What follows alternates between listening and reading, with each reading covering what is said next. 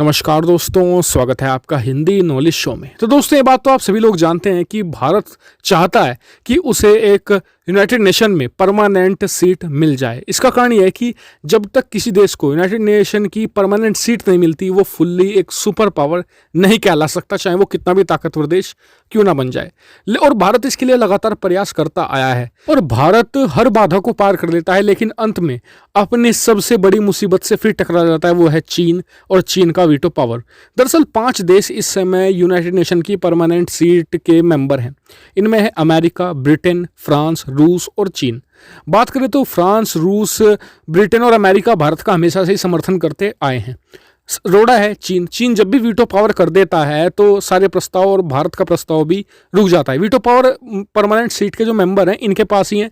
अगर मान लीजिए कि सभी लोग कुछ चाहते हैं और वो प्रस्ताव पास भी हो जाता है किसी देश पर, मान लीजिए कि सैंक्शन लगाना हो, कुछ भी करना हो, लेकिन अगर आपने वीटो लगा दिया तो सारा प्रस्ताव वहीं का वहीं गिर जाता है। यानी कि यूनाइटेड नेशन की सारी पावर इन 5 देशों के पास ही होती है। भारत चाहता है कि वो एक छठा मेंबर इसका बन जाए और चीन को अवॉइड करने का भारत ने एक तरीका खोज निकाला है। जी हाँ, चीन के वीटो पावर के बावजूद भारत यूएन में परमानेंट मेंबर बन सकता है और भारत अपना अभियान शुरू करने जा रहा है। और इस अभियान के तहत अगर भारत सक्सेसफुल हो जाता है तो फिर भारत जल्द ही एक परमानेंट मेंबर होगा यूएन का।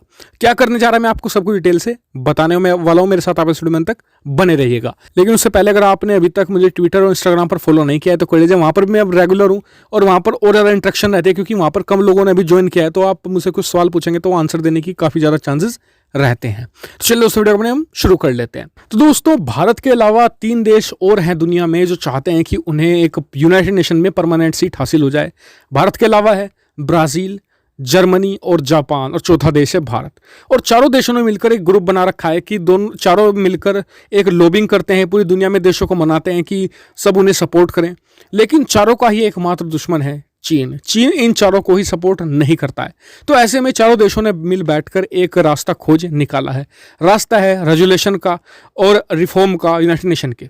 दरअसल चारों देश मिलकर जल्द ही एक अभियान शुरू करने वाले हैं, जिसके तहत वो यूनाइटेड नेशन के जो महासभा है, जनरल काउंसिल है, वहाँ पर एक प्रस्ताव लाएंगे। प्रस्ताव में क्या होगा कि जो यूनाइटेड नेशन की जो सिक्योरिटी काउंसिल है उसे अब एक्सपेंड किया जाए, यानी कि उसमें ज़्यादा से ज़्यादा मेंबर्स को शामिल किया जाए।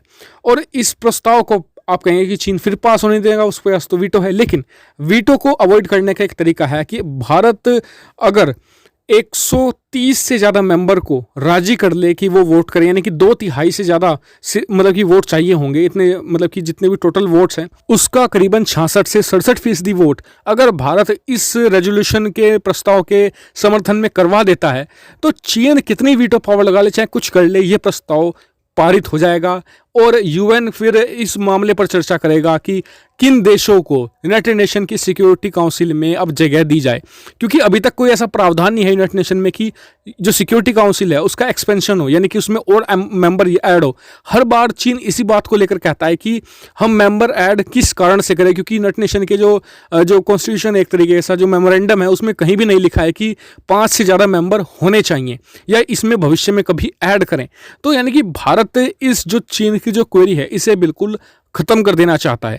और उसके बाद फिर आगे की प्रक्रिया स्टार्ट होगी कि उन 4 में से मेनली यही 4 देश होंगे, जापान, भारत, ब्राज़ील और जर्मनी, और इन्हें ही निश्चित तौर पर शामिल कर लिया जाएगा। लेकिन भारत को पहले ये सबसे बड़ी बाधा पार करनी है। 67% कम से कम अपने फेवर में वोटिंग करवानी है और उसके लिए भारत ने अभियान शुरू कर दिया, तमाम देशों के राजनयिकों से मिलना शुरू कर दिया है। और भारत, हम उम्मीद करते हैं, दुआ करते हैं कि भारत अपने इस अभियान में सफल हो। आप सभी कीजिएगा जरूर, और भारत यूनाइटेड नेशन की परमानेंट सीट हासिल कर ले जाए। और मैं इस मामले पर, इस अभियान पर आपको एक तरह से डिटेल देता चला जाऊंगा। जब भी मतलब कुछ अपडेट आएगा मैं वीडियो बनाकर सूचित करता चल जाऊंगा। आप चैनल को सब्सक्राइब कर लेना ताकि आप कोई वीडियो मिस ना कर पाएँ।